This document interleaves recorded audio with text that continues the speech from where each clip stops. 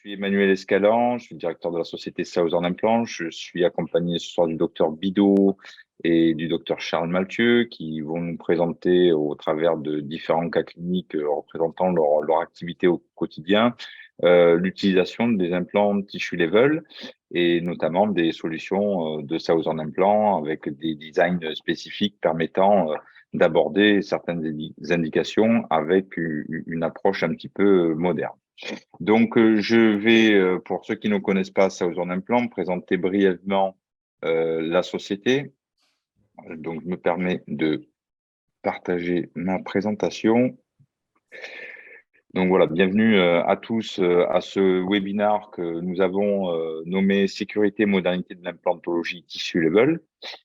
Donc, qui sera présenté par le docteur Philippe Bidot pour la première partie, le docteur Charles Mathieu pour la seconde partie. Alors, qui sommes-nous? On se définit comme le partenaire de vos challenges quotidiens, surtout par rapport à l'ensemble de solutions, de produits que peut apporter Southern Implant aujourd'hui pour la réhabilitation en chirurgie orale, qui vient prendre l'ensemble des indications de façon assez simple quand on maîtrise les protocoles, mais qui permettent à tous les patients d'être traités. Donc ça, on le verra dans tout le programme de formation qu'on va vous proposer cette année. On va intervenir sur différentes indications, différents dispositifs qui permettent aujourd'hui de ne plus dire non à aucun patient, à part effectivement quand il faut intervenir sur des greffes osseuses ou des greffes épithélo-conjonctives, où là c'est encore un autre domaine, mais je pense qu'on va en parler aussi ce soir. Donc la société Southern Implant a été fondée en 1987 par Monsieur Graham Blackburn, qui est toujours l'actuel président de la société. Donc, c'est une société qui est spécialisée dans les dispositifs médicaux implantables et la chirurgie orale et qui développe donc depuis plus de 35 ans des dispositifs spécifiques pour la réhabilitation des traitements unitaires jusqu'aux traitements complexes avec même une gamme très étendue d'implants jusqu'à aller aux implants zygomatiques. Mais la société, en fait, s'est concentrée sur 5 grands axes de réhabilitation, donc qui est le remplacement molaire après extraction, la gestion du secteur antérieur, donc ça aussi, on le verra ce soir avec ce concept de rattrapage d'axe qui est le coaxis. Peut-être que vous en avez entendu parler. Bon, ce soir, vous allez voir un petit peu plus en détail la prévention et gestion du risque de périimplantite avec des états de surface ou notamment des dispositifs comme le tissue level qui vont permettre de se garantir de risque de périimplantite à long terme. Et comme vous pouvez le voir à l'écran, donc des implants zygomatiques et qui permettent d'aller réhabiliter des édentés complets parfois en évitant des protocoles de greffe. Donc la société a voulu toujours conserver des connexions qui étaient connues et reconnues, tout en continuant à développer les dispositifs et en apportant des améliorations continues à ces dispositifs pour permettre bien de faciliter le travail du chirurgien et aussi le confort du patient dans son accès aux soins. Donc voilà, toute une gamme avec un regard tourné sur les innovations, mais que ce soit sur le dispositif médicaux, implantable, mais que ce soit sur la prothèse, mais aussi tout l'ensemble avec de la chirurgie guidée et l'intégration aujourd'hui d'un flux numérique. Et ça, Charles en parlera ce soir. Donc voilà, c'est vraiment le leitmotiv que le président de cette société, Graham Blackburn, a, c'est de pousser toujours les dispositifs au maximum pour que ça soit le plus efficace et le plus longtemps possible. Donc, ce webinaire s'inscrit dans le programme de formation que nous avons avec la SI Academy, qui se décompose en 3 volets. Donc, le premier, c'est le webinaire, donc auquel vous assistez ce soir. Pour ceux qui seront un petit peu plus intéressés pour aller plus loin, on va organiser des workshops tout au long de l'année pour encore échanger avec nos conférenciers, manipuler les différents implants, les différents produits. Et pour ceux que cela intéresse aussi, on organise des journées d'immersion clinique individualisées qui permet d'avoir des échanges avec nos experts qui sont beaucoup plus intenses. Donc voilà, c'est avec grand plaisir qu'on organise tout ça pour vous.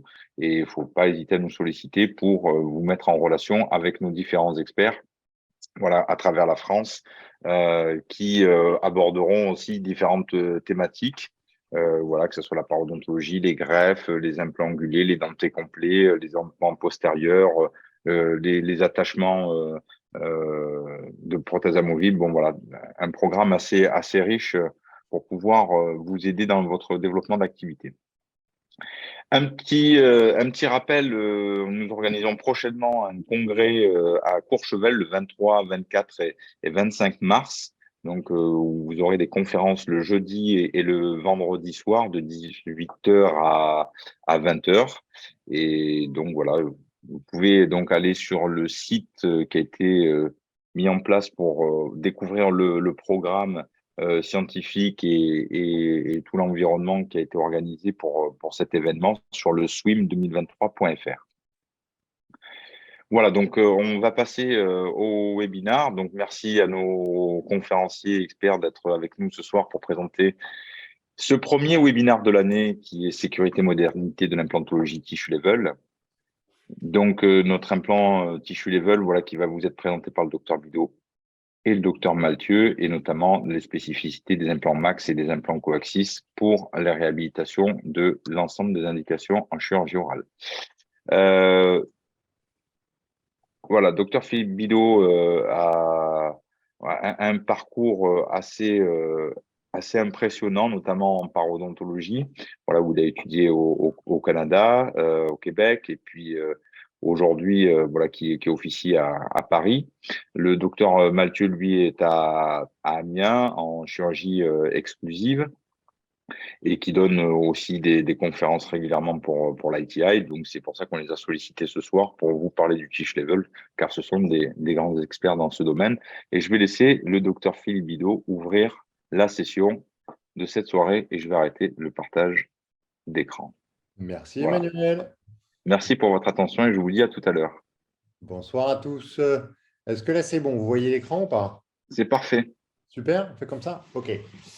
Donc, merci à Emmanuel, merci à Charles, merci pour votre conscience de me donner la parole sur l'implant Tissue Level. Très simplement, j'ai 15 minutes pour vous expliquer pourquoi depuis que je suis rentré du Canada, donc depuis 17 ans maintenant, j'utilise quasi exclusivement cet implant-là, alors qu'en fait, c'est un implant qui est quand même un peu à part dans la gamme des implants. C'est clair qu'aujourd'hui, c'est un implant qui est reconnu, mais pendant très longtemps, ça a été vraiment en dehors du mainstream de l'implantologie, on va dire, suédoise. Alors que je pense qu'en termes de sécurité, en termes de biologie et puis même de simplicité, bah, on va voir que c'est un excellent choix. Cet implant il se caractérise par un col qui est lisse.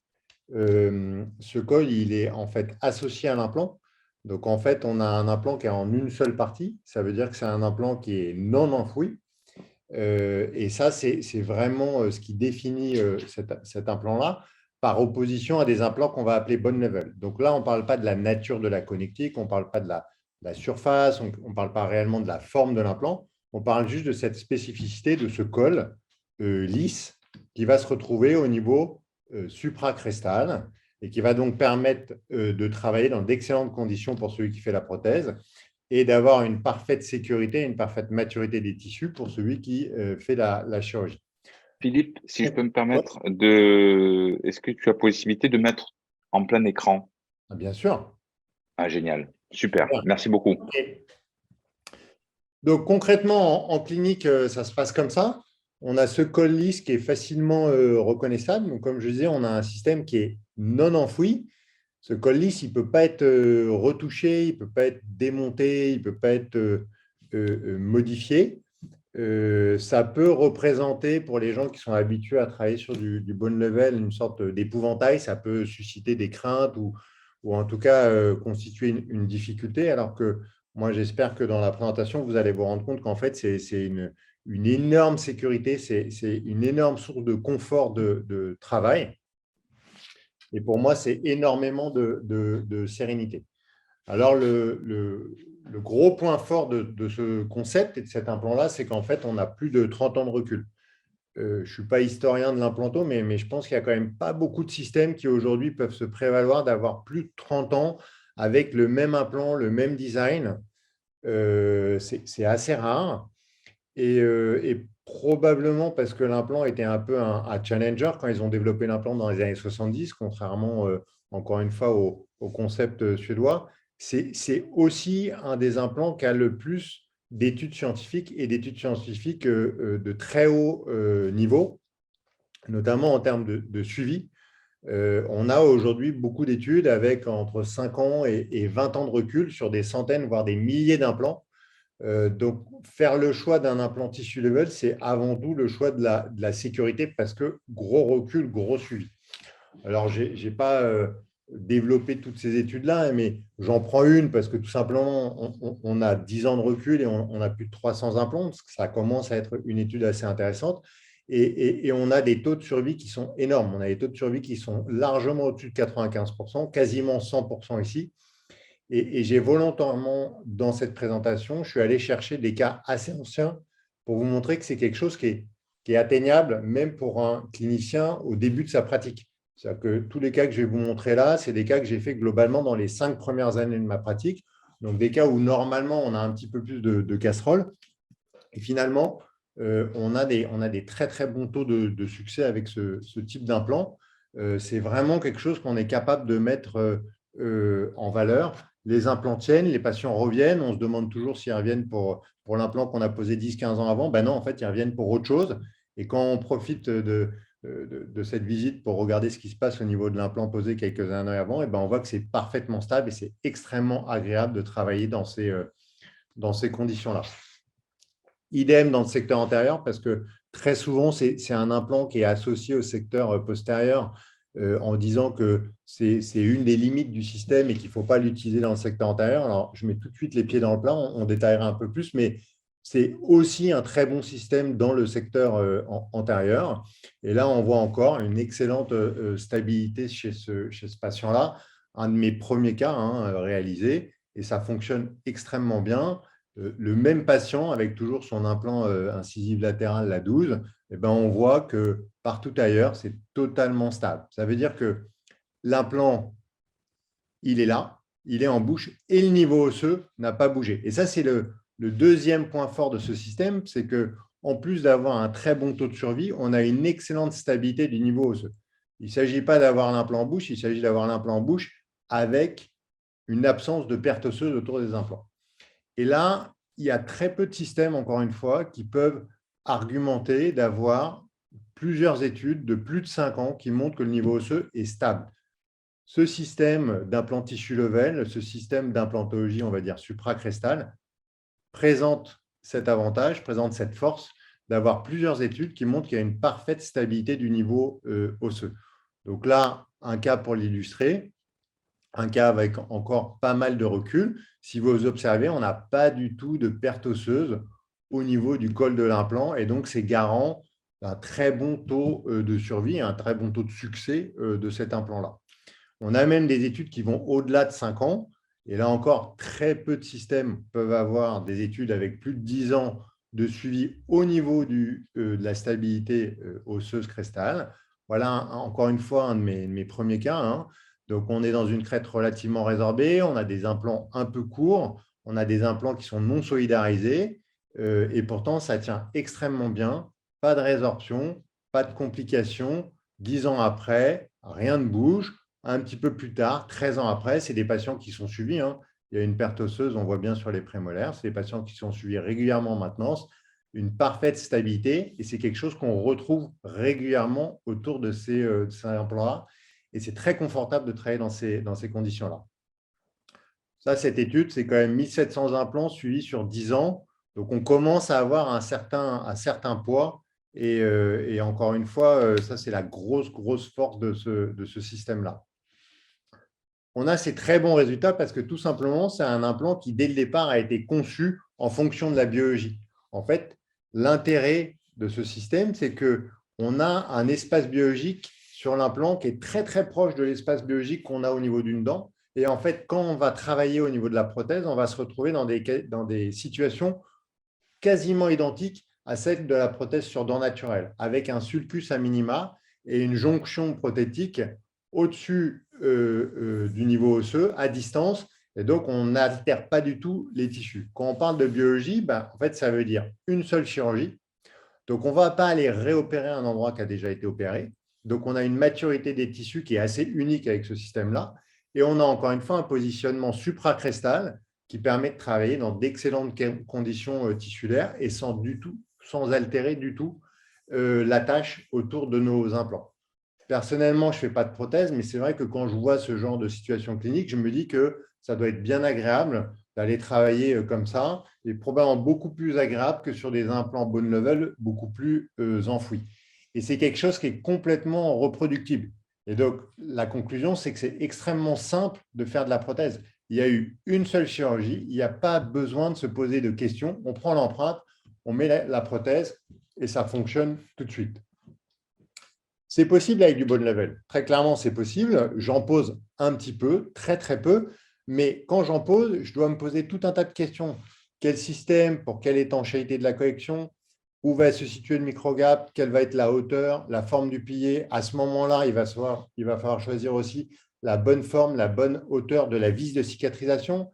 Est-ce que j'ai utilisé un bon profiler ou au contraire, est-ce que j'ai oublié ou je l'ai mal fait et donc mon correspondant va avoir du mal à insérer son pilier? Quid de la désinfection des pièces prothétiques? Est-ce que je réutilise les piliers de cicatrisation ou pas? La prothèse qui arrive du laboratoire, encore une fois, comment on la manipule, comment on la désinfecte? C'est tout un tas de questions qu'on ne se pose absolument pas avec un implant tissue level. En fait, c'est beaucoup, beaucoup plus simple. Et puis, aujourd'hui, on a une grosse réflexion sur l'influence de la conception prothétique sur la stabilité autour de nos implants et finalement donc sur le succès de nos implants à long terme. Et ben, on sait que quand on a loupé une de ces étapes-là, par exemple ici, on peut s'interroger sur l'étanchéité de la connexion quand on sait que tout a été fait en direct implant. On peut s'interroger sur le choix de la forme de la prothèse avec vraiment un espace très réduit par rapport au col de l'implant, avec un évasement qui est complètement incompatible avec toute hygiène. C'est certain que, encore une fois, toutes ces questions-là, on ne les a pas du tout avec l'implant tissue level parce qu'on est au-dessus de la crête osseuse, on est à distance. Donc vraiment, on préserve les tissus. Et là, on le voit bien avec la flèche, tout va se passer à distance comme sur une dent naturelle. Et donc, il n'y a ni question à se poser, ni risque pour la suite. Alors, je vous le disais, souvent, c'est un implant qui a été associé au secteur postérieur. Pour moi, c'est un non-sens complet parce que très clairement, au niveau biologique, comme je vous l'ai montré, c'est probablement un des meilleurs implants, si ce n'est le meilleur implant. C'est bien dans le secteur antérieur qu'on a besoin de respecter la biologie pour avoir une parfaite stabilité des tissus. En fait, le secteur antérieur, ce n'est pas un problème de tissue level ou bone level. Le secteur antérieur, c'est un problème de planification, c'est un problème de réalisation, c'est un problème éventuellement de concavité vestibulaire et donc de positionnement de l'implant. C'est un problème ici de gestion des tissus mous. À partir du moment où on a bien géré les tissus mous, très clairement, là, en tissu level, je pense que le correspondant, il travaille dans d'excellentes conditions. L'avantage, il peut dévisser, revisser, il ne se passera rien du tout, ça sera parfaitement stable. Le secteur antérieur, c'est aussi le positionnement. Mais le positionnement, il est aussi strict que vous ayez du tissu level ou du bone level. C'est juste qu'il y a des repères à bien respecter. Et aujourd'hui, avec la planification qu'on peut avoir au niveau digital, c'est sûr qu'il y a la marge d'erreur, elle est extrêmement faible. Et je pense que justifier de la qualité d'un système comme un système bone level, quelle que soit la marque, en disant oui, mais si l'implant n'est pas bien posé, j'ai une marge de manœuvre plus grande, je peux mieux rattraper. Je pense que c'est déjà mal parti quand on justifie de l'utilisation ou d'un choix d'un système. Donc, le tissu level antérieur, c'est un très bon choix. Ça peut éventuellement être un peu limité quand l'espace mésiodistal est réduit, par exemple au niveau d'une latérale. Donc là, c'est vrai qu'il y a une limite parce que le col prothétique, il est fixe. Et puis, en termes de positionnement, c'est vrai qu'on peut avoir une difficulté pour avoir une émergence au niveau du cingulum. Et c'est là où, justement, Sozorn apporte des solutions très, très intéressantes que Charles va développer. Mais ce n'est pas moi qui le dis, c'est les gens qui posent du bone level depuis des années, qui nous disent même que l'implant tissue level, c'est l'implant quasi idéal sur le plan biologique. Encore une fois, si je suis chirurgien, je suis content d'amener le patient dans cette situation-là à mon correspondant Et si je fais de la prothèse, mais quel bonheur de travailler dans ces conditions-là. Je vois ce que je fais, il n'y a pas de saignement, il n'y a aucune inflammation, je n'ai pas besoin de faire d'anesthésie pour faire mes empreintes, il n'y a aucune gêne pour le patient, c'est confort, c'est simple, et vraiment, je sais que ça va être parfaitement stable. Et puis souvent, on dit que c'est un implant pour les parodontistes, en argumentant au départ que c'est les parodontistes parce qu'ils gèrent les tissus mous. Encore une fois, c'est un non-sens parce que quelle que soit la formation du poseur, si vous posez des implants, de toute façon, il faut savoir gérer les tissus mous. En revanche, ce qui est vrai, c'est que c'est un très bon choix chez les patients qui ont une maladie parodontale. Et on voit chez une patiente comme ça que je suis depuis plusieurs années, effectivement, on a mis des implants tissue level. Et grâce à cette excellente intégration biologique, on a une très, très bonne stabilité et les implants ne bougent pas, alors que c'est une patiente qui a quand même une parodontite extrêmement sévère. Idem ici, une patiente avec une parodontite extrêmement sévère. Je vous laisse apprécier la quantité de perte osseuse, les défauts angulaires, notamment au niveau des molaires mandibulaires. C'est une patiente chez qui l'implant tissue level est, je pense, un excellent choix, toujours pour cette très bonne intégration biologique et le fait qu'on se situe à distance de la crête osseuse. C'est un implant qui, d'emblée, a été conçu pour la prothèse, avec au départ un concept, encore une fois, très novateur, totalement différent de ce qui se faisait au niveau suédois. Là encore, l'idée n'est pas de refaire l'histoire, mais oui, de la prothèse scellée sur les implants, ce n'était pas forcément évident au départ. Donc ça, c'est une solution qui est intéressante, notamment avec ce système de piliers pleins. Il y a peu ou pas de dévissage, il n'y a pas de fracture de vis. Ça fonctionne très bien. Avec un sulcus à minima, c'est très simple d'éliminer les excès. Donc, ça peut être une solution intéressante. Évidemment, c'est aussi possible de faire de la prothèse transvissée dans d'excellentes conditions, avec aujourd'hui plusieurs solutions en prothèse transvissée. Ça fonctionne extrêmement bien. Cette diapo, elle est intéressante parce qu'elle permet d'introduire une des spécificités du système, encore une, c'est le fait qu'il y a un col prothétique large. Donc, en fait, pour une même situation, on a deux types de cols prothétiques. On a un col prothétique de 4,8 et qu'on va appeler standard et un col prothétique de 6,5. On voit sur la radio, chez le même patient, on peut avoir deux cols prothétiques différents, ce qui permet de bien répondre, notamment aux édentements molaires, avec un bon profil d'émergence. On le voit ici, édentement molaire, c'est vrai que quand on a un diamètre un petit peu plus étroit, c'est un peu léger pour un édentement comme ça qui fait à peu près 12 mm, 12-13 mm dans le sens mésiodistal. On sait qu'avec un seul implant, un col large, on a des très bons résultats, une très bonne stabilité. Et là encore, l'implant molaire avec un col large en édentement unitaire, c'est quelque chose qui est parfaitement validé et depuis longtemps. C'est vraiment quelque chose qui est complètement rentré, mais c'est une évidence aujourd'hui, mais ça ne l'était pas et c'est une solution qui a été apportée par ce type d'implant. Donc, la prothèse sur le tissu level, pour moi, ça se résume à quelque chose de simple et de stable parce qu'il y a la connexion interne, parce qu'il y a ce sulcus à minima, cette possibilité de voir et de travailler dans de très bonnes conditions. C'est parfaitement stable avec, encore une fois, très peu de dévissage. On a ce biseau à 45 degrés qui permet d'avoir, comme à l'époque de la prothèse parodontale, en fait, un hiatus à minima. Donc, encore une fois, une source d'irritation la plus faible possible. Et une fois que la prothèse est terminée, pour la maintenance, c'est encore une fois extrêmement agréable de travailler dans ces conditions-là plutôt que d'avoir quelque chose d'enfoui 4-5 mm avec une gencive un peu inflammatoire. C'est toujours un peu challengeant pour le suivi. J'arrive un peu vers la fin, là, je me dépêche. Un autre intérêt de ce type d'implant pour les chirurgiens, c'est le fait de pouvoir travailler en toute sécurité quand on a besoin de faire une élévation sinusale. Là, on a une crête osseuse qui était relativement faible en hauteur. On a à peu près 4 mm dans la partie distale de l'implant. Vous pouvez faire votre élévation de Summers à travers la crête, mettre l'implant et vous n'avez aucun risque que l'implant parte dans le sinus. Et on a ici des très bons résultats. On observe bien le gain osseux sans aucun stress que l'implant parte puisqu'il va être bloqué par ce col un peu plus large que la partie endo-osseuse de l'implant. Et ça évite de se retrouver avec des implants comme ça qui partent dans le sinus. Et si j'en crois Michael Samama, c'est au moins un cas par semaine qui se retrouve à devoir aller déposer parce qu'on a poussé un peu trop, là c'était faible et l'implant est parti dans le sinus. Même chose ici, hein, on a une crête assez faible en hauteur, 4 mm. On met un implant en toute sécurité, on voit le petit comblement au niveau de l'apex et ça se passe très bien. Donc, toujours cette notion de sécurité. Cette diapo elle me permet d'introduire une autre particularité du système, c'est qu'on peut avoir des implants d'un diamètre prothétique standard, mais par contre d'une partie endo-osseuse un peu plus étroite. Et donc, ça permet en fait de limiter le recours aux greffes osseuses dans les secteurs postérieurs, par exemple, au niveau prémolaire, molaire. On peut très bien mettre un implant de diamètre étroit, mais avec un col prothétique standard, et donc travailler dans d'excellentes conditions au niveau de la prothèse sans avoir à rajouter une greffe osseuse. Là encore, c'est des implants qui ont démontré une excellente stabilité, une excellente fiabilité, même s'ils sont étroits. Il n'y a pas de fracture, il n'y a pas de casse sur ces implants-là. On peut même pousser un peu plus loin et avoir des implants courts, des implants étroits, avec une très bonne stabilité. C'est le même patient à droite et à gauche, et ça tient toujours, et à mon avis encore pour de longues années.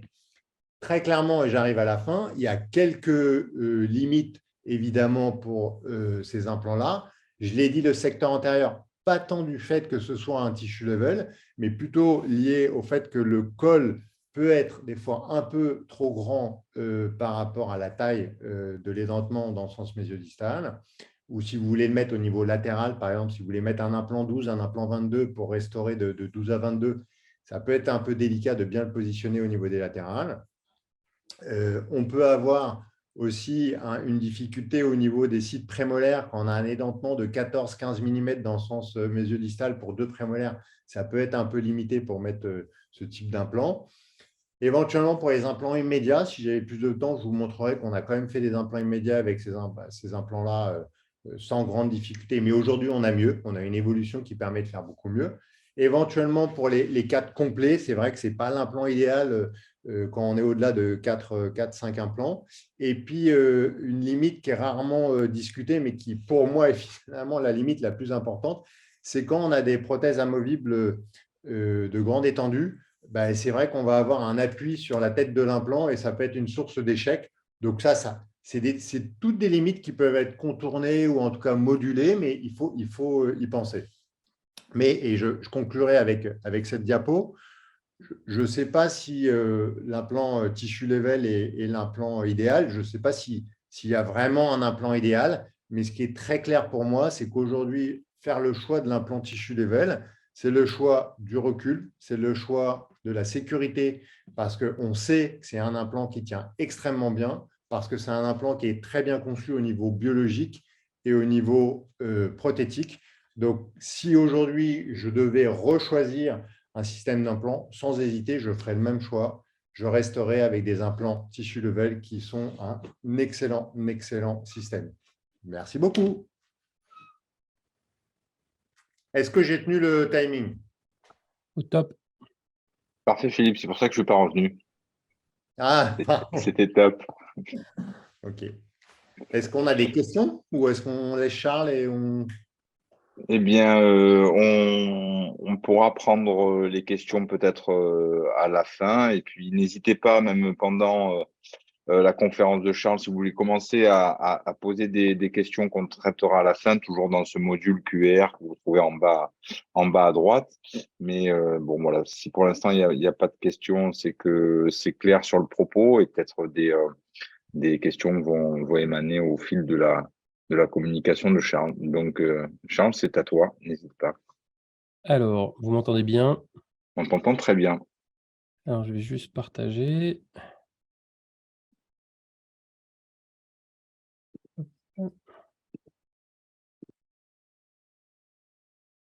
C'est good? On voit bien? On entend bien? Eh bien, super. Eh ben, bonsoir à tous. Merci Philippe, tu as tout dit. C'était très bien. On va essayer d'aller un tout petit peu plus loin dans ce qui a été dit, reprendre les petites choses, mettre des images et parcourir des cas qui ne sont pas forcément des cas superbes, mais qui sont des cas de tous les jours et qui rendent service aux patients et qu'on espère en tout cas simple et sécuritaire, ce qui est à mon avis le bien-être mental des praticiens et des patients. Alors du coup, bon, ça, les présentations sont faites par Manu. Je vous remets cet implant parce qu'il est très beau. Donc, vous avez compris qu'il y a cette connectique juxta sous-gingivale qui va être la clé un petit peu du système. Ce corps, qui est un corps d'implant classique, et un apex qui est rond, qui va avoir un intérêt de protection des obstacles anatomiques comme le nerf alvéolaire inférieur ou le sinus, comme l'a dit Philippe. Et on va devoir donc travailler avec cet implant. Les avantages, je vous les redis rapidement, il vous l'a dit, donc, sa connectique, le respect de l'espace biologique, c'est un implant qui est énormément documenté et qui, à mon sens, en tout cas si on aime la littérature, a fait ses preuves. On va avoir une belle stabilité tissulaire et c'est aussi pour moi, je pense, pour les correspondants, le rêve prothétique puisqu'il n'y aura pas d'anesthésie à faire. La connexion de la prothèse va se faire sans douleur pour le patient et donc c'est extrêmement confortable. Donc ça, vous avez eu plein de jolies radios et on va revoir ces images. Quand vous avez ça, clairement, vous êtes correspondant, ou même celui qui a posé, vous enlevez votre vis de cicatrisation, vous êtes face à ça. On a envie d'y aller, il n'y a pas besoin de grands discours, on le voit que c'est sain, on voit que c'est propre, on voit que c'est bien intégré. Malheureusement, comme tout système, il y a des limites. Philippe vous les a évoquées aussi. On va avoir des problèmes de gestion de ce col. Il va falloir bien le positionner, il va falloir le gérer en largeur, il va falloir le gérer en hauteur. Il va falloir aussi gérer l'angulation, ce qui peut être un problème sur les secteurs antérieurs pour avoir des émergences au niveau du cingulum. On va avoir des soucis éventuellement prothétiques sur les restaurations de longue étendue parce qu'il va falloir insérer cette connectique à l'intérieur de l'implant. Et puis, tel qu'on l'a vu au niveau de son architecture, c'est un implant qui est très peu agressif, comme il vous a été présenté, et donc on va avoir du mal à réaliser des extractions implantation immédiates. Et donc, on va voir quelles évolutions peut apporter Southern parce qu'on a envie de le mettre partout. Vous l'avez compris, Philippe et moi, on est absolument d'accord là-dessus pour la sécurité. Donc, on a envie de faire plus de cas avec cet implant, mais on a envie de faire de l'extraction implantation immédiate. On a envie de gérer du secteur antérieur, bien entendu, et je suis d'accord avec Philippe. On a envie de faire du numérique dessus, puisque pourquoi ne pas utiliser les technologies modernes pour faire de l'implantologie et de continuer à avancer dans la gestion de nos cas, allant du cas simple antérieur jusqu'au full arch, et de pouvoir continuer à utiliser cet implant. Alors, on va regarder un petit peu, donc au niveau de la limite, bon, j'avais fait, c'était une précédente présentation, vous voyez, dans la gestion de ce col, ça peut être problématique au niveau esthétique. Si on a le col qui est visible, bien évidemment, vous en doutez que si on n'a pas de gencive sur le col, esthétiquement, c'est pas acceptable. Alors du coup, Southern Implant nous propose un certain nombre d'évolutions qui moi, ont révolutionné ma pratique et je remercie toute cette équipe-là de nous apporter ces produits-là qui sont absolument fantastiques. Parce qu'on va pouvoir y trouver des implants avec un corps plus agressif pour faire des extractions implantation immédiate. On va trouver du col angulé, qui est le système coaxis que je vais vous présenter tout à l'heure. Et on va trouver des implants qui ont un corps très large, qui vont pouvoir aussi nous permettre de gérer des alvéoles d'extraction postérieures et donc de gérer aussi en immédiat des cas postérieurs.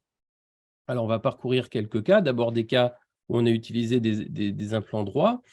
Donc voilà, c'est du secteur antérieur, c'est de l'implant tissu level. Donc vous voyez qu'on va pouvoir, en manageant les tissus, mais ça, Philippe vous l'a dit aussi, quand on a du tissu, de la matière osseuse et de la matière gingivale, et ben, du coup, on va avoir des très beaux profils d'émergence et on va pouvoir aborder ces cas et avoir une réussite esthétique qui, à mon sens, est tout à fait prédictible parce qu'on va avoir de quoi protéger nos implants. Voilà, donc vous voyez, nos radios sont les mêmes, bien évidemment. On a une gestion d'enfouissement du col et on a une très belle stabilité au niveau osseuse. Au niveau de la gamme Southern, on va avoir plusieurs types d'implants, donc tissu level, avec cette connectique tissu level. Vous avez l'ITC, qui est celui que vous avez en majorité présenté Philippe, qui a des spires qui sont relativement espacés et un apex qui va être rond, donc c'est celui le plus connu. Donc celui qui va quelque part un petit peu nous gêner pour faire les extractions implantation immédiate. On a l'ITT qui est la même version mais plus agressive avec des spires qui sont beaucoup plus tranchantes, beaucoup plus agressifs pour s'ancrer dans l'os avec un apex qui n'est plus rond cette fois-ci. On a le coaxis qui est une angulation au niveau du col de l'implant. Ce n'est pas un rattrapage prothétique mais un rattrapage implantaire qui va s'anguler à 12 et 24 degrés. Et enfin, vous avez le petit gros, l'implant Max, qui lui va avoir des diamètres allant de 6 jusqu'à 9 et qui va permettre de traiter des secteurs postérieurs. On va faire un premier cas clinique avec une patiente que j'aime beaucoup, qui est une patiente qui a eu des tas de problèmes paro. Elle a eu malheureusement de l'orthodontie qui lui a créé des rhizalises très importantes au niveau de ses dents antérieures. Et j'ai dû l'édenter de son secteur antérieur très jeune, aux alentours de 20 ans. Elle est restée avec des prothèses malheureusement provisoires pendant très longtemps. Et puis, arrivée là à 32 ans, elle n'en pouvait plus par rapport à sa vie personnelle. Et donc, on a décidé de faire une demande d'aide pour qu'elle puisse avoir des implants. Cette aide a été acceptée. Et donc, je me suis bien évidemment engouffré dans la brèche pour lui poser des implants. Ma problématique, c'est que voilà, c'est un cas paro. Elle a toute son adolescence et le début de son âge adulte eu des problèmes. On l'a stabilisé, on a fait au mieux qu'on a pu. J'ai envie de sécurité, j'ai envie de simplicité parce qu'elle a beaucoup souffert. Et donc, après l'analyse de mon cas, je décide de mettre des tissus level. Et en plus, comme j'ai de la chance, on a un sourire, comme vous le voyez, où il n'y a pas de challenge esthétique au niveau des collets. Et donc, je profite à 200% de tous ces petits signes pour mettre des tissus level. Donc, je fais mon analyse esthétique. Moi, je ne travaille qu'en numérique. Donc, je fais des photos, je fais des empreintes numériques, mon Conbeam, et je fais faire une analyse esthétique par mon laboratoire. Et je vais poser donc 4 tissus level dans le secteur antérieur, en prenant bien soin de conserver un bon volume osseux au niveau vestibulaire, de pouvoir émerger au niveau du cingulum. Le cas me permettait de le faire. J'ai enlevé la 13 qui me gênait esthétiquement et qui, à mon sens, n'avait pas de sens prothétique. On a géré un petit peu les tissus, on a fait du PRF, bon, ce n'est pas le sujet de ce soir. Et on a, grâce à l'adaptation à des systèmes modernes, malgré le fait que ce soit des tissus level, on a fait faire une prothèse immédiate que j'imprime moi. J'ai un système avec une imprimante 3D, donc j'imprime moi-même dans mon cabinet. Et dans la journée, on lui a restauré le sourire. Alors, il y avait des contraintes dynamiques, donc on a fait un bridge plutôt sécuritaire qu'esthétique pour qu'elle puisse passer cette phase de cicatrisation. On a laissé cicatriser et vous voyez que lorsqu'on enlève notre bridge provisoire, on a des profils d'émergence qui sont jolis. Vous voyez un petit peu la qualité des tissus, le visuel agréable au niveau de ce cas, et on sait qu'on va pouvoir aborder une prothèse extrêmement facilement et qu'on va aussi pouvoir, pour ma part, ça m'arrange bien, pouvoir l'aborder de manière numérique. Donc, je vais faire mes empreintes numériques. Mon laboratoire a gardé toutes mes anciennes données que j'avais précédemment. Je fais faire un bridge en zircone, encore une fois, parce que je sais que ma gencive va bien aimer tout ça. Et on a pu restaurer le sourire de cette patiente qui aujourd'hui est ravie. Je pense qu'on lui a vraiment changé la vie parce qu'elle souffrait énormément. Et puis moi, derrière, je sais que je vais pouvoir la suivre. Alors, rien n'est jamais sûr, mais en tous les cas, je pense que par rapport à la bibliographie et par rapport au cas, je nous ai donné, je l'espère, un maximum de sécurité. On lui a donné de la fonction et on lui a donné de l'esthétique. Je pense que la mission est remplie. On va parcourir un autre cas qui va être un cas un petit peu plus large, où on va retrouver un full arch. Donc voilà, cette patiente se présente, elle a plus de dents en bas depuis un certain nombre de temps. Vous voyez que c'est abîmé, elle a eu des tas de problèmes personnels. Voilà, donc on sait que si l'état s'est retrouvé comme ça, c'est qu'il y a des choses qui n'allaient pas. Il y a un diabète qui est équilibré, elle fume, elle veut du fixe. Je ne vois pas pourquoi je lui refuserais le fixe. Et en même temps, encore une fois, j'ai envie de me donner de la sécurité avec mes implants tissu level. Mon scanner est favorable et donc je sais que je vais pouvoir positionner mes implants sans avoir beaucoup d'angulation, ce qui va faciliter ma prothèse. Et donc, je fais la même analyse esthétique que j'ai pu faire pour le cas précédent. Et nous allons poser donc 6 implants tissu level droit, dont 2 qui vont être un peu plus agressifs parce qu'on avait un os qui était un petit peu moins bon dans le secteur postérieur. Et vous voyez qu'on a posé donc du full arch avec 6 implants tissu level. On a fait faire immédiatement une mise en charge de ce cas dans la journée, où j'ai fait faire pareil. Je fais toujours le même protocole avec quelque chose d'imprimé au cabinet. Et le soir, elle est repartie avec sa prothèse en bouche. On a attendu le temps de cicatrisation adéquate. On a pu refaire une empreinte. Donc, vous voyez, encore une fois, on a des très belles qualités de tissu. On a nos cols qui sont apparents. On a encore une fois très envie de faire cette prothèse. On a fait faire une armature avec une base titane et puis des dents en résine. Et vous voyez qu'on a un bel univers, on a un bon passage de brossette. Et encore une fois, on a rendu la fonction et de l'esthétique aux patients avec avec des implants qui ont une presse, en tous les cas, sécuritaire qui encore une fois, nous arrange bien dans ce genre de cas. On va aborder maintenant cette fameuse histoire du coaxis parce que c'est extrêmement intéressant. Le coaxis, c'est quoi? C'est une angulation du col de l'implant à 12 ou 24 degrés. Moi, j'utilise essentiellement les 12 degrés. J'essaye de faire que du 12 degrés en tous les cas dans les secteurs antérieurs. Et ça va nous ramener notre col implantaire dans une angulation qui va être bien plus favorable tout en profitant du volume osseux et de l'axe osseux qui souvent ne correspond pas forcément à une émergence singulaire. Et on va pouvoir, dans ces cas-là, donc éviter un certain nombre de greffes et en tout cas éviter de se rapprocher des zones dangereuses, et en particulier donc, au niveau de l'apex, de la zone vestibulaire.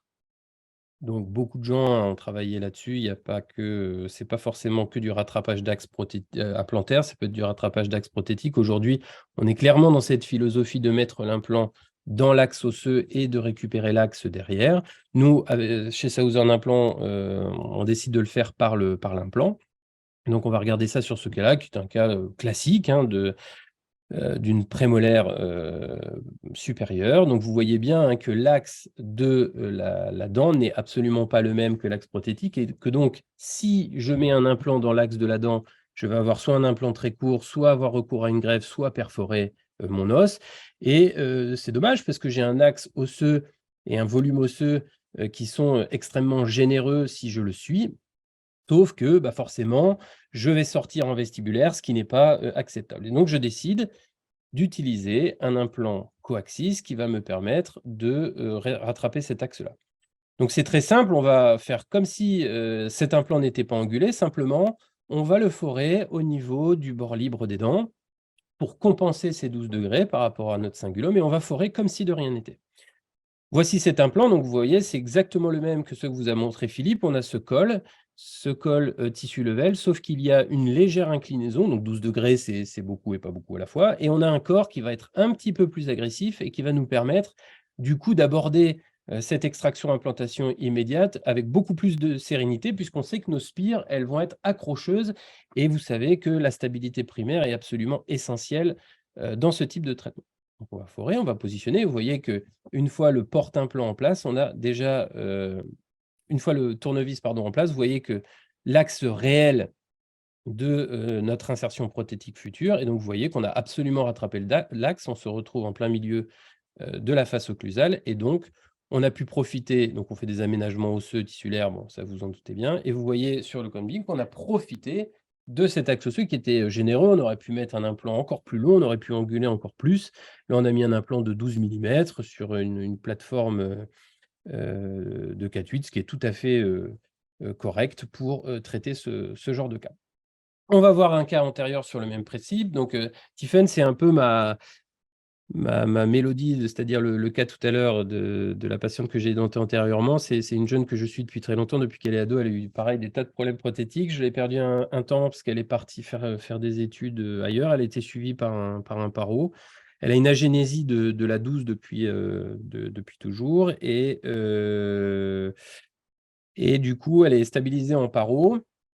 Mais quand même, elle reste une patiente, à mon sens, un petit peu à risque. Et je ne vois pas non plus pourquoi on ne lui aurait pas mis un implant sur sa 12 pour la restaurer. On aurait pu, tout est discutable, on aurait pu faire une attelle collée. Bon, voilà, les solutions, on les connaît. Moi, j'étais parti sur cette solution implantaire. Et donc, toujours le même protocole, on va faire des photos, on va faire des empreintes numériques et on va gérer notre cas. Et là, j'avais envie de faire une chirurgie guidée et malgré le fait qu'on ait du tissu level, on va tout de même réaliser cette chirurgie guidée. Il n'y a absolument aucun problème à réaliser des chirurgies guidées. Je fais faire une provisoire sur ailette préalable avec un espace pour passer mon pilier provisoire. Je fais mon analyse. Là, c'est Sébastien Méloul de chez Digidan qui m'avait fait la planification implantaire. Donc, vous voyez, hein, on a une bibliothèque qui va nous permettre de planifier donc, notre tissu level coaxis, donc avec une émergence qui va se faire au niveau du cingulum. Donc, voilà la planification. Je vous remets un petit peu la philosophie de l'implant. Et puis, on va faire notre chirurgie. Donc, le guide, on l'a imprimé. On a fait un guide, bien évidemment, stabilisé sur les dents. On fait notre chirurgie sur le même principe que tout à l'heure. Et on va rattraper un petit peu notre axe pour éviter d'avoir une prothèse scellée. Moi, je préfère avoir des prothèses transvissées. Voilà, on va positionner notre pilier provisoire en pic. On positionne notre provisoire, on la fait passer à travers et on la positionne avec les ailettes. On rejoint tout ça avec de la résine. On va façonner notre profil d'émergence avec la provisoire et on va tout de suite après la chirurgie laisser partir notre patiente avec un nouveau sourire et une dent qui est vissée. Alors il y a un petit peu d'angulation, on a l'impression que c'est épais, mais on est bien dans le cingulum. Et voilà, à la fin de la chirurgie, notre patient qui repart avec son nouveau sourire. Donc bien évidemment, elle est super contente. On regarde, on fait un petit cliché, puis on voit que voilà, on a fait une petite chirurgie guidée avec une planification qui correspond. On a bien profité de notre espace osseux. On a laissé de l'os en vestibulaire. On a une longueur qui est généreuse. Et donc, encore une fois, on a pu profiter sur des moyens modernes de notre implant tissu level. Voilà, avec la prothèse d'usage que mon confrère m'a envoyée. Voilà, donc elle est super contente. Et puis maintenant, on sait qu'on a du boulot au niveau paro. Cas plus, on peut dire un peu plus grossier de la vie de tous les jours. Encore une fois, un cas antérieur, sur une patiente encore diabétique, plutôt âgée, avec médicaments, etc. Elle s'est fait enlever 11-21, on lui a mis une prothèse, elle n'est pas satisfaite de ça, elle a envie d'avoir du fixe. Je suis avec un correspondant, c'est un correspondant qui n'est pas du tout à l'aise avec les implants bone level, il a toujours travaillé que sur des tissus level. Ce cas-là me plaît bien. J'ai de l'os, j'ai du tissu que je vais pouvoir travailler. Je n'ai absolument aucune restriction à poser des tissus level. Donc, je vous ai fait une petite vidéo rapide pour vous montrer un peu la pose, pour vous montrer que c'est vraiment comme un implant classique. Hein, pour ceux qui ont l'habitude de poser des implants classiques, vous voyez qu'on va poser l'implant droit. Il y a un porte-implant qui contre-angule le col, bien évidemment, et on a des repères. Hein, vous voyez, il y a une petite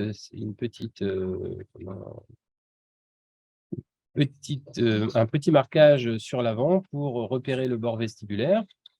Et vous avez des jauges d'enfouissement également pour gérer votre col. Vous voyez, on dévisse tout simplement le porte-implant. Et une fois que le porte-implant est dévissé, l'axe est rattrapé, il n'y a plus rien à faire. L'implant est déjà dans son positionnement. Même chose que tout à l'heure, je ne laisse pas un patient repartir sans prothèse, donc je demande à mon labo de me faire, donc là sur une autre technique, c'est-à-dire que je les ai fait finir directement, imprimer, et on va les visser directement au niveau de, oui, on va visser nos scan body pour faire notre empreinte. C'est vraiment une manipulation qui est hyper aisée puisque le col est juxtagingival, hein, donc on est vraiment pas profond. Et voilà, encore une fois, vous voyez qu'on s'est bien mis à l'abri au niveau vestibulaire et au niveau osseux, on a pu utiliser un implant qui était plutôt long. On a laissé repartir notre patiente avec ses prothèses provisoires. Alors, vous voyez, ce n'est pas le plus beau cas du monde puisqu'elle a des prothèses sur les côtés qui sont anciennes. Et ce qu'elle veut, c'est plus avoir d'amovible, elle veut sourire. Nous, on veut du confort de réalisation, on veut de la sécurité pour plus tard. Des cas comme ça nous rassure tous. On en a tous les jours au cabinet dentaire et c'est pas pour ça qu'on les traite pas. Et vous voyez que quand on enlève les prothèses provisoires pour faire les empreintes définitives, vous voyez la qualité encore une fois des tissus, hein. Ces images, elles vous font penser à celles de Philippe tout à l'heure. On a exactement les mêmes images. On a ce col qui est bien évasé, qui est bien rose, avec une belle gencive devant et on va faire tout simplement nos prothèses d'usage, toujours en numérique, hein. Et voilà, là, le correspondant m'a envoyé gentiment des photos et puis je pense, très sincèrement que cette patiente, elle va faire, ses dents à côté parce que ça va lui donner envie.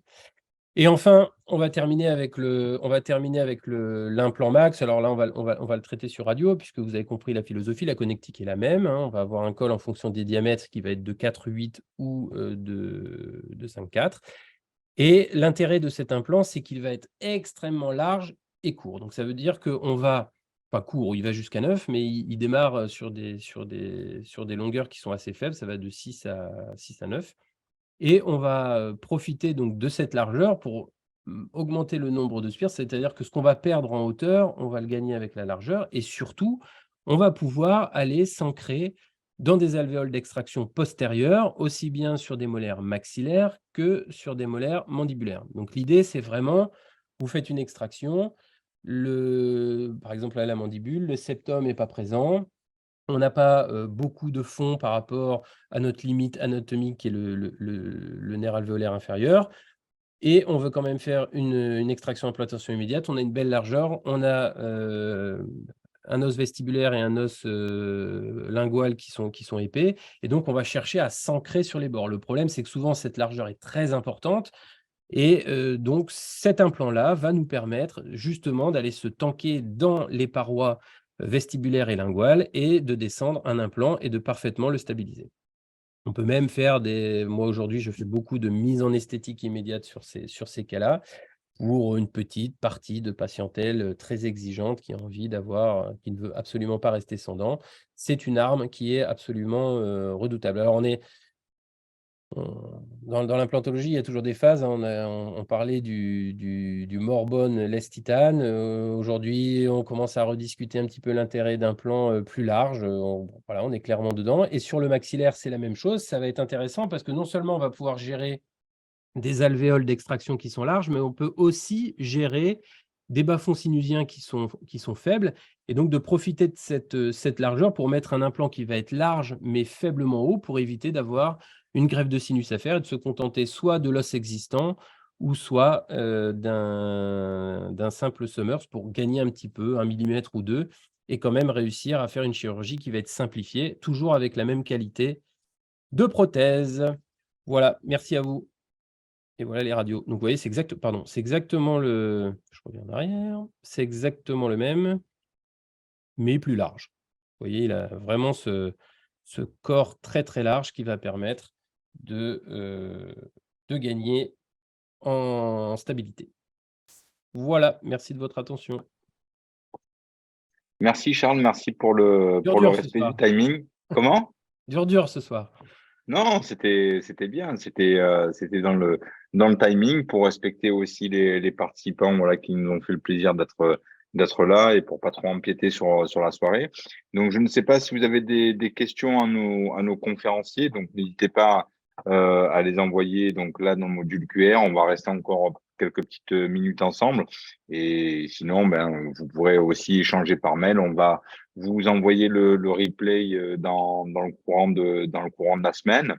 Et donc, comme on vous l'a présenté, si vous souhaitez en savoir davantage sur les solutions de Tissue Level et peut-être rencontrer le docteur Bidot, le docteur Malthieu, alors peut-être déjà à Courchevel, si ça vous intéresse, ils seront présents. Donc là, pour échanger de vive voix et dans des moments assez conviviaux, ou lors de workshops, ou éventuellement aussi la possibilité de les rencontrer à leur cabinet, de passer une journée avec eux. Et c'est toujours le moyen d'échanger davantage d'informations et faire évoluer les bonnes pratiques. Je ne sais pas si nous avons des questions. Bon, certainement, ça a été clair sur le sujet énoncé. Donc, peut-être qu'on va clôturer ce premier webinaire. Philippe, merci. Charles, merci beaucoup pour votre Merci Philippe. contribution, Merci. votre partage. Et j'espère que voilà. Ah, je vois que. Il y a des questions. Ah, René Lugari. Le docteur Lugari pose quelle hauteur supra-osseuse? C'est pour toi, Emmanuel, là, non? C'est la hauteur du col? Si c'est la hauteur du col, oui, c'est 2,60. Voilà. Et après, au niveau de l'enfoncement. Alors, du coaxis, c'est du zéro, c'est pour l'implant angulé et même le max, le col est beaucoup plus court, il fait 0,7. C'est ça qui est intéressant d'ailleurs, parce qu'on a quand même c'est un peu un hybride quand même. On est entre le tissu level et on n'est pas loin du bone level, donc on peut le traiter avec un abord osseux, presque comme un bone level, mais quand même avec cette petite collerette lisse nous le configure comme un tissu level, mais on est quand même entre deux parce que c'est pas du tout la même gestion de colle. Le col est beaucoup, beaucoup plus petit, hein. C'est plus facile quand même à gérer. Bien évidemment que vous pouvez aussi trouver tous les détails techniques sur le site internet où vous avez la possibilité de télécharger l'ensemble des fiches produits et des catalogues où vous trouverez l'ensemble des codes techniques de nos dispositifs, que ce soit la hauteur de colle, l'évasement, l'apex, la profondeur des spires. Voilà, vous avez tous ces éléments à votre disposition. Il n'y a juste qu'à vous rendre sur notre site southernImplant.fr et aller donc dans la rubrique des implants de tissu level pour télécharger tous les documents afférents à ce système. Après, Philippe a dit un truc très intéressant tout à l'heure qui amène à réflexion, mais on a souvent dit que le tissu level, c'était un implant de paro. Mais c'est finalement assez paradoxal parce que la paro, c'est l'implanto et finalement, c'est ça la clé, c'est de choisir, c'est de bien positionner son implant, je crois que c'est essentiel, et de bien gérer les tissus autour. Alors, je ne sais pas si on a fermé les yeux pendant des années là-dessus, mais oui, clairement, c'est un implant paro parce que il faut gérer les tissus dans lesquels vont se trouver l'implant. Et je trouve que, encore une fois, avec cette réflexion-là, il est intellectuellement encore plus intéressant, à mon avis. Ouais. Et puis, par rapport à l'esthétique, j'étais agréablement surpris à l'ADF de me rendre compte que des gens comme Zoukeli, qui a priori est quand même une des personnes qui s'occupe le plus d'esthétique, qui pose des implants tissu level, justement. Bien sûr. Ouais. Même en antérieur? Ouais, il pose. D'ailleurs, je pense que lui, il s'arrête aux canines, hein. Je pense qu'il ne soigne pas de patient en arrière des canines, hein. Ah oui, c'est possible, ouais. Je- Il rajoute du tissu en arrière des canines. Éventuellement, peut-être un peu de greffe de gencive en arrière, mais c'est quand même de canine à canine. Donc, ouais. Et pendant très longtemps, la référence en termes de prothèse sur implant, c'était quand même un monsieur qui s'appelait Urs Belzer. Et Urs Belzer, toutes les conférences en implantologie, quand on parlait de prothèse, c'était quand même un peu lui la grosse référence dans les années 80-90. Il travaillait sur du tissu level, hein. Donc, c'est un très bon Puis point. il y a beaucoup de marques qui y reviennent aussi, hein, Bien finalement. sûr. Beaucoup de premium reproposent des Ouais. implants tissu level, donc il y a une vraie, il y a un vrai intérêt et une vraie sécurité, ça c'est clair et net. Et pour le correspondant, encore une fois, là on a abordé des points chirurgicaux, mais pour le correspondant, il y a pas de Du bateau, billard. c'est C'est du royal. billard. Ouais, clairement. C'est pas la gestion du bone level où il peut y avoir une anesthésie à faire, comme tu l'as dit, s'il y a une mauvaise gestion de colle, s'il y a une prothèse qui est pas forcément une prothèse provisoire qui est pas forcément bien ajustée ou s'il y a une différence entre la provisoire et la définitive. Et ça, c'est du stress pour ceux qui ont moins l'habitude de faire des anesthésies, des choses comme ça. Le patient, lui, qui pense avoir fait le dur, il se retrouve finalement, il n'a pas eu du tout mal à la chirurgie parce qu'il était bien anesthésié. Il se retrouve à souffrir au moment de la prothèse et c'est un problème. Ça, c'est des choses qu'on n'a jamais, absolument jamais avec du tissu level. Il y a une question, est-ce qu'on pose que du tissu level? Non. Non plus. En revanche, je ne peux pas donner le chiffre exact, mais je pense que le tissu level, ça doit bien être 90% de mon activité facile. Alors moi, un petit Depuis peu moins. 17 ans. Moi, un petit peu moins parce que je fais pas mal de full arch et donc Voilà. il y a des contraintes voilà, de d'axe et de connectique qui sont pas forcément faciles à gérer. Et puis je pose en antérieur sur des cas voilà, peut-être dans ma tête plus technique ou autre où je pose des inverters. Mais surtout en immédiat, en extraction implantation immédiat, parce que c'est pas toujours évident de gérer le col, l'émergence. Ça fait parfois beaucoup de données à gérer. Et je trouve pour le coup que quand c'est des cas complexes, le bone level est peut-être plus facile pour respecter un certain nombre de données techniques pour l'esthétique. Voilà. Mais quand on prend effectivement la quintessence en fait de vos propos, on voit bien que le tissue level répond à beaucoup d'indications, du moins à 80%, voire 90% des indications de l'implantologie. Après, si on veut aller plus loin ou en fait chercher à traiter des indications plus complexes, bon, effectivement, il faut peut-être parfois s'orienter sur d'autres technologies qui vont apporter d'autres conforts pour certaines indications.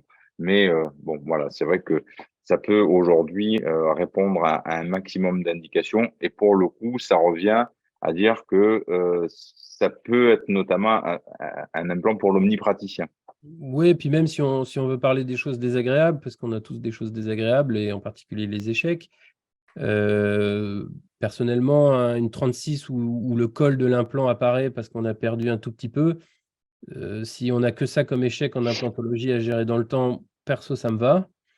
Les échecs de prothèse, une fracture de vis, qui déjà est très rare, mais elle va être forcément plus facile à gérer parce qu'on est beaucoup plus haut, on ne va pas aller au fond de la gencive. Et fracture de pilier, perso, j'ai jamais vu.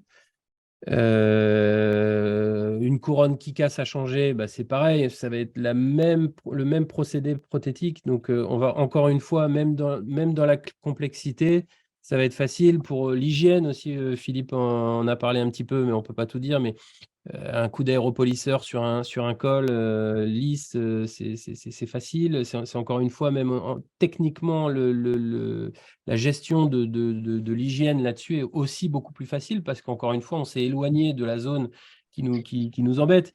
Et d'ailleurs, on a beaucoup de one-time, one-abutment, mais là, c'est le meilleur one-time, one-abutment de la Terre. C'est pour ça que j'avais mis la photo d'Eric Rampen. C'est vrai qu'il y a, Bien sûr. il y a, il y a plein de solutions qui sont proposées pour essayer de se rapprocher de l'implant tissue level. Bah, en fait, il existe, quoi. Faut juste le poser, quoi. Voilà. Ouais. Exactement. Donc, il n'y a plus Merci, de cas. messieurs. Non, là, je crois que ouais, effectivement, il y a plus qu'à. Et merci, voilà, encore pour votre contribution à expliquer comment faire de l'implantologie tissue level avec Southern Implant de façon sécuritaire et moderne. Donc voilà, j'espère que ça vous aura plu et on vous attend donc pour vous accueillir sur nos prochains événements, que ce soit les webinaires, les workshops ou les formations lisses. Et notamment, ben, n'hésitez pas à vous inscrire à Courchevel pour venir profiter d'un agréable moment avec nous. Je vous souhaite une bonne soirée. Messieurs, merci beaucoup et on se dit à très bientôt.